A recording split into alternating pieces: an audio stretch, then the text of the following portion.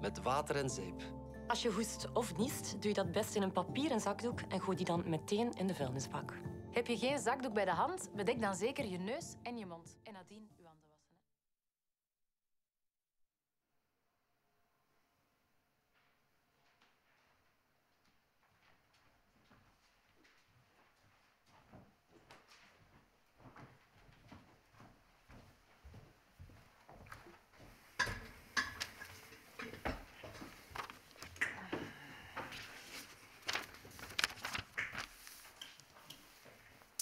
Madame et messieurs, bonjour.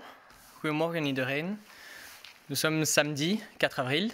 Bienvenue pour ce point de presse quotidien. Je vais immédiatement céder la parole à Emmanuel pour un point de la situation pandémique avant d'aborder avec vous d'autres informations complémentaires. Goedemorgen iedereen, bonjour à tous. Nous faisons aujourd'hui le point pour la situation d'hier, du vendredi 3 avril. Hier, 503 personnes ont été admises à l'hôpital dans le cadre d'une infection à coronavirus et 375 ont pu quitter l'hôpital.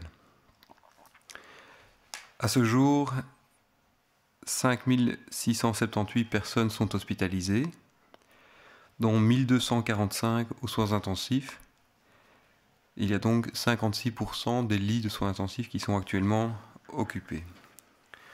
985 personnes nécessitent aujourd'hui une assistance pour respirer. Au cours des 24 dernières heures, nous avons également été informés du décès de 140 personnes. Parmi celles-ci, 47 étaient en Flandre, 56 en Wallonie, 37 à Bruxelles. Cela porte à ce jour à 1283 le nombre de personnes décédées dans le contexte de cette épidémie. Depuis le début de cette épidémie, nous avons réalisé plus de 70 000 tests de laboratoire. Durant les 24 dernières heures, 1661 personnes ont été diagnostiquées positives par un test de laboratoire pour une infection à coronavirus. Parmi celles-ci, 831 étaient en Flandre, 652 en Wallonie, 162 à Bruxelles et pour 16 personnes, nous devons encore consolider ces informations. Cela porte à ce jour à 18 431 le nombre de personnes qui ont été diagnostiquées avec un test de laboratoire. Nous voudrions rappeler aujourd'hui la façon dont nous suivons l'évolution de cette épidémie. Vous savez que nous insistons beaucoup chaque jour à vous informer du nombre de personnes qui sont admises à l'hôpital, car c'est selon nous le meilleur indicateur indirect de la maîtrise de cette épidémie, de la maîtrise de la propagation du virus dans la communauté. Mais c'est un indicateur qui arrive en retard par rapport aux efforts que vous faites. Donc les hospitalisations qui arrive aujourd'hui, c'est le reflet de ce que nous faisons depuis 1 à 2 semaines. Et vous savez que cet indicateur est en train de se stabiliser. Ça veut dire que même si les chiffres, le nombre de personnes qui sont toujours admises à l'hôpital reste élevé, ce nombre n'augmente plus de façon très importante comme c'était le cas au début de l'épidémie. Nous orientons donc vers une situation de maîtrise de la propagation de l'épidémie, même si de très importants efforts restent encore à réaliser. En ce qui concerne les décès de personnes, nous savons que c'est évidemment aussi un indicateur de la gravité de cette épidémie dans notre société, mais le nombre de décès reflète, s'il reflète également l'intensité et la gravité de cette épidémie, est un indicateur plus tardif. Et donc nous nous attendons encore, dans les prochains jours, à avoir de nombreuses personnes qui décèdent dans le cadre de cette épidémie.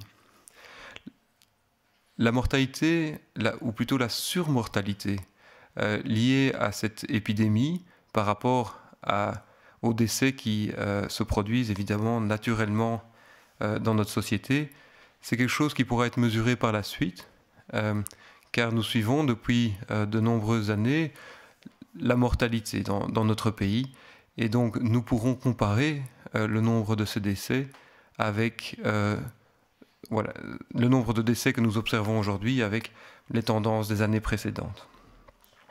J'espère que cela vous permet de comprendre un peu mieux la façon dont nous monitorons l'évolution de cette épidémie.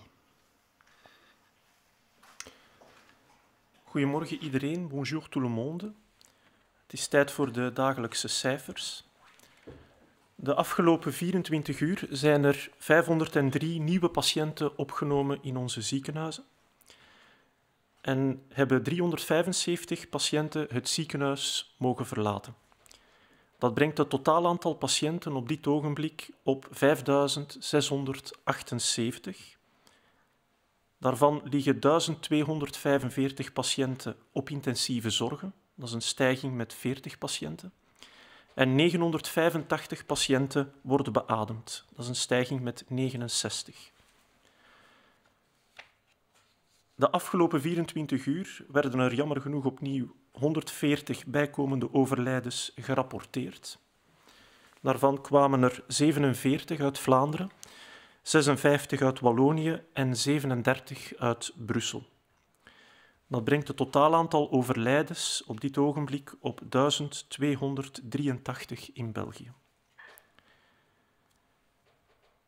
De voorbije dag werden bovendien 1661 nieuwe gevallen gediagnosticeerd in onze laboratoria.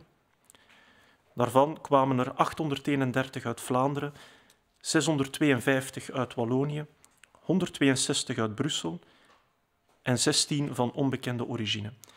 Dat brengt het totaal aantal bevestigde gevallen op 18.431. Het is belangrijk om u eraan te herinneren dat dit aantal gevallen die bevestigd worden in het laboratorium niet zegt over de werkelijke evolutie van de epidemie. Dit zegt iets over wie we testen en hoeveel mensen getest worden. En zoals u weet, testen we steeds meer en meer. Vandaar dat dit getal de komende dagen lijkt te stijgen en misschien zelfs nog gaat verder stijgen in de komende dagen. De cijfers die wel iets zeggen over de evolutie van de epidemie, dat zijn vooral de hospitaalcijfers. En meer bepaald het aantal nieuwe opnames in onze hospitalen per dag. En daar zien we dat dit getal al een aantal dagen stabiliseert in de zone tussen 500 en 600. Dat is goed nieuws.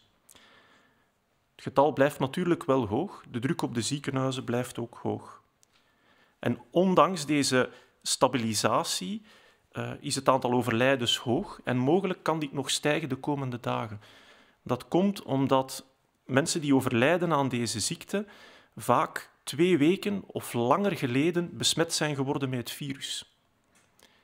En de maatregelen die hebben pas een effect kort nadien gehad. Dus het kan zijn dat die overlijdens nog een tijdje blijven doorstijgen, ondanks het feit dat de maatregelen wel degelijk werken. Dat moeten we goed beseffen. Voor de rest zou ik nog zeggen, geniet van het mooie weer dit weekend. Hou vol, nodig geen mensen uit en probeer er toch van te genieten. Dank u.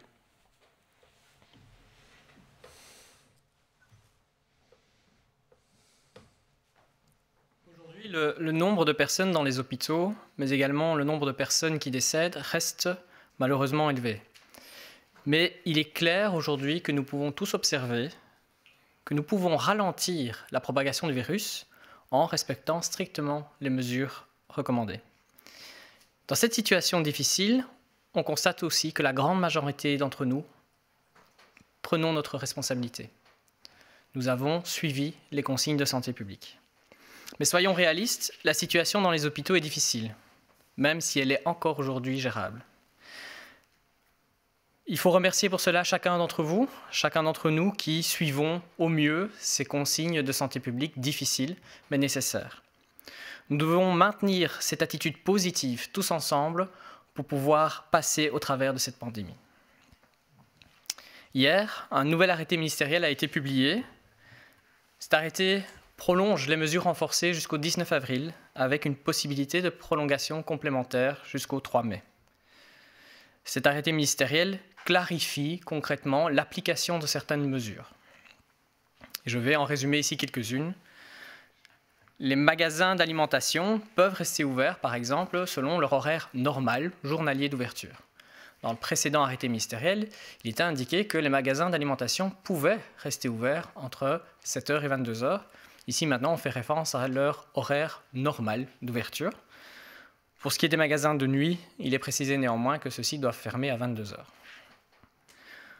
Les mariages peuvent avoir lieu en présence du couple, des témoins, de l'officier d'état civil si on parle d'un mariage civil et du ministre du culte pour les mariages religieux. Les cérémonies funéraires, bien sûr, peuvent également et malheureusement avoir lieu en présence maximum de 15 personnes, tout en respectant cette distance physique que nous mettons entre nous pour nous protéger l'un l'autre. Les magasins de télécommunications peuvent également être ouverts de manière limitée.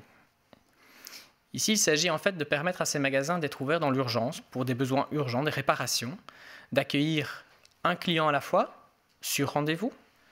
Et cette mesure en fait va vous permettre à chacun de pouvoir rester joignable, disponible, de rester en contact avec vos proches et de pouvoir justement réparer vos appareils, vos smartphones, vos tablettes pour pouvoir continuer à veiller les uns sur les autres. Les magasins des dispositifs médicaux peuvent également être ouverts en cas de besoin d'urgence. Et il y a encore une clarification qui est à apporter quant aux voyages non essentiels qui sont interdits au départ de la Belgique, mais également vers la Belgique. Ce week-end et les prochains jours, il fera beau. Profitez donc de ce beau temps, tout en respectant des règles simples. Allez vous promener, faire du vélo, en famille ou avec un ami. Gardez cette distance pour votre santé et celle des autres. Et n'oubliez pas de vous laver les mains lorsque vous rentrerez chez vous. Ensemble, tenons bon. Ensemble, agissons maintenant contre le corona. Merci. Goedemorgen. Het aantal mensen in de ziekenhuizen en overleden personen blijft hoog. Maar het is duidelijk dat we de verspreiding van het virus hebben kunnen afremmen door het nauwgezet opvolgen van de maatregelen. In deze moeilijke situatie neemt het overgrote deel van de bevolking zijn verantwoordelijkheid op. Momenteel is de situatie in de ziekenhuizen zwaar, maar nog beheersbaar. En dit is te danken aan iedereen die de regels nauwgezet naleeft. We moeten deze positieve attitude verder blijven volhouden de komende dagen en weken. Gisteren is het ministerieel besluit gepubliceerd dat de huidige maatregelen verlengd tot 19 april. Deze maatregelen kunnen nog verlengd worden tot 3 mei. Het ministerieel besluit verduidelijkt ook al een aantal maatregelen. Ik som hier de belangrijkste punten kort voor u op. Voedingswinkels kunnen open blijven op de gebruikelijke dagen en tijdstippen. In het vorige besluit was voorzien dat voedingswinkels enkel konden open zijn tussen 7 en 22 uur. Wat betreft de nachtwinkels wijzigt er niets. Deze kunnen open blijven tot 22 uur.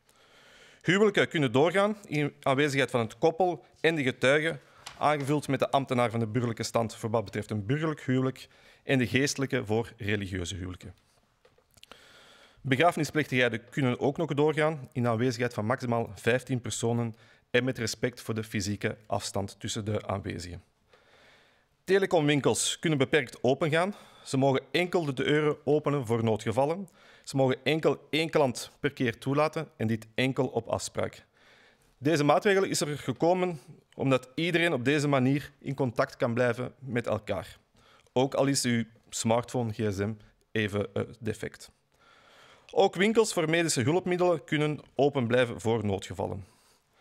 Tot slot is er een verduidelijking aangebracht voor wat betreft niet-essentiële reizen van en naar België. Beiden zijn momenteel verboden. Dit weekend en de komende dagen wordt een heel mooi weer. Profiteer er optimaal van, maar doe dit met respect voor de maatregelen. Ga wandelen, fietsen of lopen met uw gezinsleden of met 1 vriend of vriendin. Hou hierbij rekening met die fysieke afstand. En was regelmatig je handen. Samen moeten we dit volhouden, samen tegen corona. We hebben nu eenmaal geen andere keuze. Dank u wel. En dan kunnen we nu overgaan naar de vragen.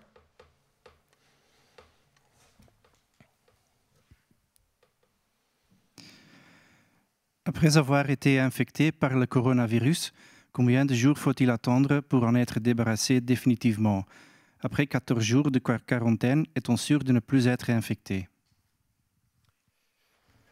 Après une infection à coronavirus qui a été confirmée et une évolution positive, donc quand vous êtes guéri, vous n'avez plus de symptômes depuis un certain nombre de jours, eh bien, vous êtes donc guéri et vous avez normalement développé les anticorps nécessaires. Il est cependant nécessaire de maintenir toutes les règles qui s'appliquent à l'ensemble de la communauté une fois que vous êtes sorti de cette période. Pourquoi ? Parce que vous pouvez encore être vecteur du virus dans la communauté simplement par les surfaces que vous touchez. Et donc c'est extrêmement important que chacun puisse maintenir l'ensemble des règles, qu'on ait été ou non infecté par le passé, afin de maintenir un contrôle sur la propagation du virus.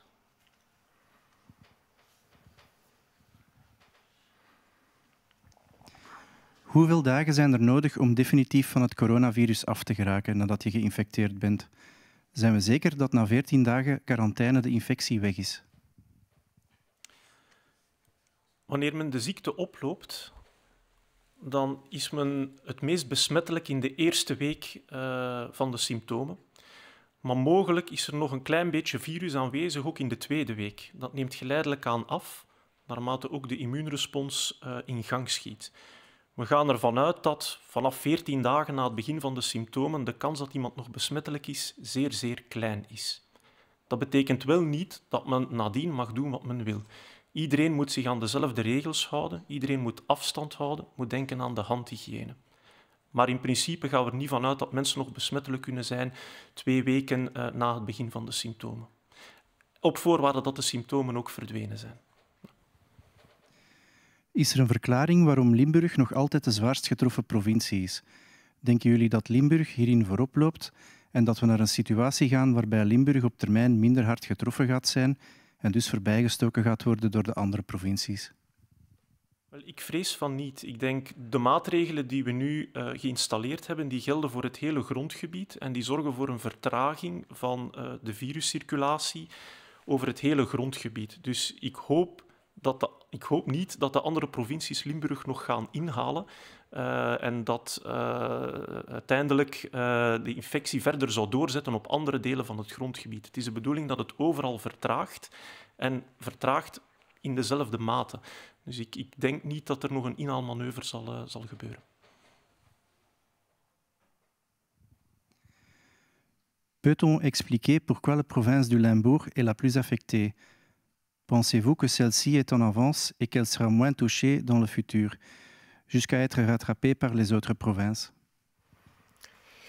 Donc, le fait que certaines régions du pays aient eu plus de cas d'infection et plus de cas sévères est lié à ce qui s'est passé tout au début de l'épidémie. Et donc il y a probablement eu plus de foyers épidémiques à cet endroit à ce moment-là. Mais les mesures que nous avons prises pour réguler, ralentir la circulation du virus dans notre pays se sont appliquées à l'ensemble des provinces. Et donc la diminution s'est appliquée sur l'ensemble des provinces. Il n'y a aucune raison de penser que le Limbourg serait simplement en avance par rapport à d'autres provinces qui rattraperaient. L'impact de ces mesures se fait de façon homogène sur l'ensemble des provinces. Est-ce utile de désinfecter les rues comme en France ou en Chine? Non, ce n'est pas utile parce que les vecteurs du virus dans cette épidémie, ce ne sont ni les arbres, ni l'asphalte sur les rues, ce sont les personnes. Ce sont les personnes qui sont infectées. Donc c'est les personnes qui sont vecteurs de ce virus. Et l'environnement dans lequel nous vivons est un environnement qui peut être, sur lequel le virus peut se déposer de façon temporaire, éventuellement être retransmis via le contact des mains, etc. Mais c'est de façon temporaire. Le virus, quand il est à l'extérieur, s'il se dépose sur une surface, sur un arbre, sur un banc, il va disparaître, il va mourir dans les heures, voire les jours qui suivent. Et il faut bien savoir que ces désinfections n'agissent qu'à un certain moment, ils n'agissent que sur ces surfaces et pas sur les vecteurs qui sont les hommes. Et donc, ce qu'il faut, c'est que toutes les mesures que nous prenons s'appliquent pour diminuer l'infection des hommes et la protection des hommes et des femmes via les mesures d'hygiène que nous recommandons depuis le début.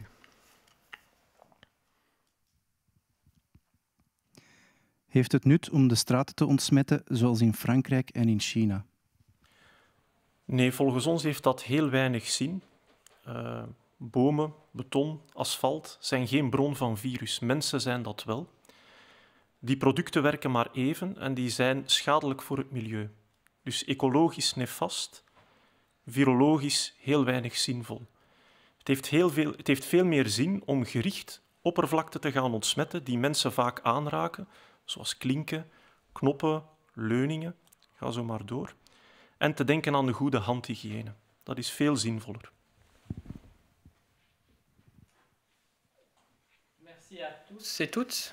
Bedankt aan iedereen. On se retrouve lundi et non pas demain. Profitez de votre dimanche. Profitez de ces moments avec vos proches. Restez en contact avec eux. Prenez soin de vous et tenons bon pour passer ensemble à travers cette pandémie. Merci.